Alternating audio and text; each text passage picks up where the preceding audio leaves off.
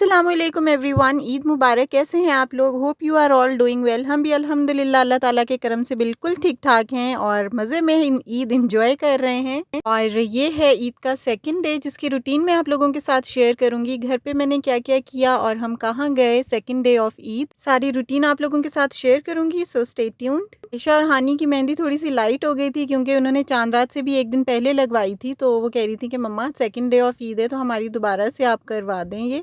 तो मैंने कहा चलो मैं खुद कर देती हूँ, आप लोगों को एक नई मेहंदी लगा देती हूँ। तो यहाँ पर मुझे जैसी भी मेहंदी लगाना आती थी तो मैंने इन लोगों को लगा दी है। बस सिंपल सा डिज़ाइन रखा था, खुद भी मैंने अपने हाथों में खुद ही लगाई थी। और यहाँ पर मैं आटा गूंद रही हूँ सुबह उठ के, ताकि बच्चों के उठने से पहले खाना रेडी हो सके। और आज क्योंकि हमें कहीं बाहर जाना था इसलिए मैं जल्दी जल्दी काम ख़त्म कर रही थी अपने।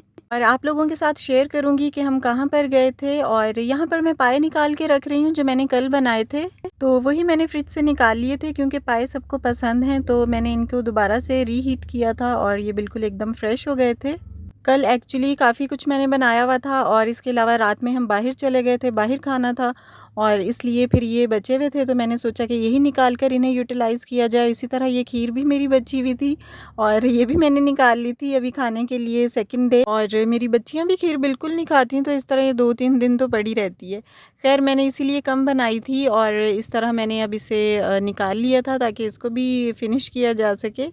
और ये मेरी खीर भी बहुत ही मज़े की बनी थी, देखने से भी शायद आपको अंदाज़ा हो रहा होगा, बहुत ही सॉफ्ट और फ्लेवरफुल थी। एनी हाउ जी, यहाँ पर मैंने वो चीज़ें निकाल कर काउंटर पे रख दी थी जो मुझे यूज़ करनी थी। और इसके बाद मैंने जो आटा गूंद के रखा हुआ था वो सॉफ्ट हो गया था और मैंने रोटियाँ बनाना स्टार्ट की थी अपने लिए। और बच्चों के लिए मैंने रोटी बना ली थी और मियाँ जी के लिए मैंने पराठा बनाया था। वो कह रहे थे कि मेरे लिए पराठा बना दें, और पाए के साथ काफ़ी मज़े का लगता है पराठा, तो इसलिए उनके लिए मैंने एक पराठा बना दिया था।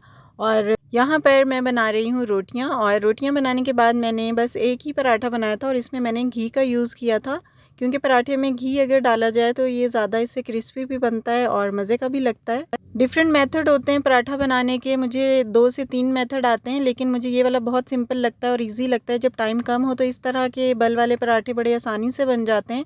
और यूट्यूब पे जो बहुत वायरल हुआ है वो जो कट करके हम स्ट्रिप्स बना के उसके और फिर उसे हम लेयरिंग करते हैं, वो भी अच्छा बन जाता है। वैसे उससे बड़ी अच्छी सी लेयरिंग आती है, लेकिन ये वाला थोड़ा टाइम कंज्यूमिंग बिल्कुल नहीं होता, तो इसलिए मैं ये वाला ही प्रेफर करती हूँ। तो यहाँ पर मेरा पराठा भी ऑलमोस्ट रेडी हो चुका था और इसके बाद जो नान कल के रखे हुए थे वो भी मैंने ऑयल लगा के यूज़ कर लिए थे।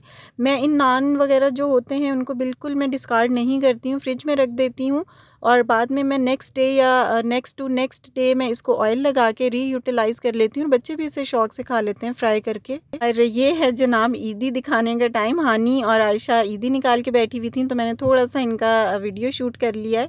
और बच्चे बहुत खुश होते हैं ईदी लेके और बस कहते हैं हमें ज़्यादा से ज़्यादा ईदी दी जाए। तो एनी हाउ जी, यहाँ पर मेरी एक बहुत अच्छी फ्रेंड ने बच्चियों को डकलिंग्स गिफ्ट की थी जो आपको यहाँ पर अभी नज़र आ रही हैं। तो बच्चे इनको देखकर बहुत एक्साइटेड हो रहे थे और ये बच्चियों का एक टाइप का ईद का गिफ्ट है। देखें कितने खूबसूरत लग रहे हैं ये। और बच्चे इसको रोटी आयशा इसे तोड़ के डाल के दे रही थी और चावल और इस तरह की चीज़ें इसके सामने रखी थी। ये खूबसूरत तो नो डाउट बहुत लगते हैं और बच्चे इसको देखकर एक्साइटेड भी बहुत होते हैं, एंजॉय भी बहुत करते हैं, लेकिन इनकी केयर करना बहुत मुश्किल होता है। टाइम पे इनको खाना देना और बाकी केयर करना इनकी बहुत ज़रूरी होता है। खैर यहाँ पर बच्चों ने इन्हें खाना वाना खिलाकर और फिर ख़ुद खाना खाया, उसके बाद हम फ्री हो गए थे। और यहाँ पर मैं आपको शो कर रही हूँ ये केक जो आयशा की फ्रेंड कल लेकर आई थी। तो यहाँ पर कल उन्होंने एक केक खा लिया था और बाकी अब ये बचा हुआ था, तो बच्चे कह रहे थे आज हम ये खा लेते हैं। तो ये मैं अनपैक कर रही हूँ और बच्चों को काट कर दे रही थी। और यहाँ पर देखें मेरी चूड़ियाँ आपको नज़र आ रही होंगी जो मैंने सूट के साथ मैचिंग करके ली थी। और मैं यहाँ पर वीडियो शूट करना भूल गई, मैं आपको अपना ड्रेस ज़रूर दिखाती। तो बाद में मुझे अभी रिकॉर्डिंग करते हुए याद आया कि मैंने अपने सूट की पिक्चर नहीं दिखाई आपको या फिर वीडियो नहीं बनाई, थोड़ी सी मैं बना लेती वीडियो। कल भी मैंने थोड़ा सा ड्रेस आपको दिखाया था, लेकिन आज मैं वीडियो बनाना ही भूल गई हूँ। तो खैर यहाँ पर मैं बच्चों को केक कट करके दे रही थी कि आपको पता है कि हमारी ये वाली ईद उल फितर जो है ये किसी भी मीठे के बगैर कंप्लीट नहीं होती, लेकिन बच्चे मीठा खाते नहीं हैं तो उनके लिए इस टाइप की चीज़ें ही लेकर आना ज़रूरी होती हैं।